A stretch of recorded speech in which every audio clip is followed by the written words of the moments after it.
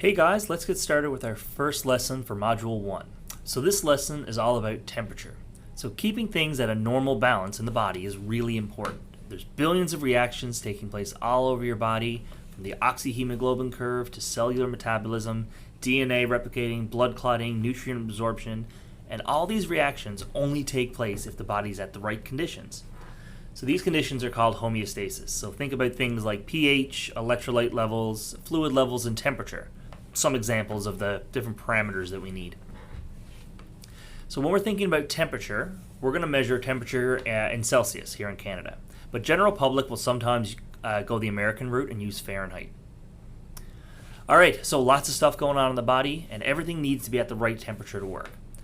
But what is that normal temperature, or what is that temperature? So a normal body temperature is 36 to 37.5 degrees Celsius. That's going to change based on a whole bunch of factors, things like time of day, ambient temperature, exercise or activity level, stress, medications, digestion, or even illness. So our body isn't super strict on this. We've got a little bit of buffer room. We'll still function as low as 34 and as high as 40 degrees Celsius without any real problems. But once you start getting outside that, a lot of these functions that we talked about before, they start to stop or even fall apart, and that's when we start to get really sick. So when we're talking about temperature, it's important to know where and how we're measuring it. So core body temperature is the internal body temperature, and this is really different from the temperature in your peripheries. It's a really easy test. Just take your hand, put it in ice water, and then go grab a thermometer. Your core body temperature obviously isn't that low. So when we talk about core body temperature, which should be around 36 to 37 degrees Celsius, it's actually really tricky to measure. The best way is with something called a pulmonary artery balloon catheter. It's this really long catheter which is floated into your vena cava. It goes into your right heart and is placed in the pulmonary artery. Among other things, this can give us a really accurate reading of the body temperature.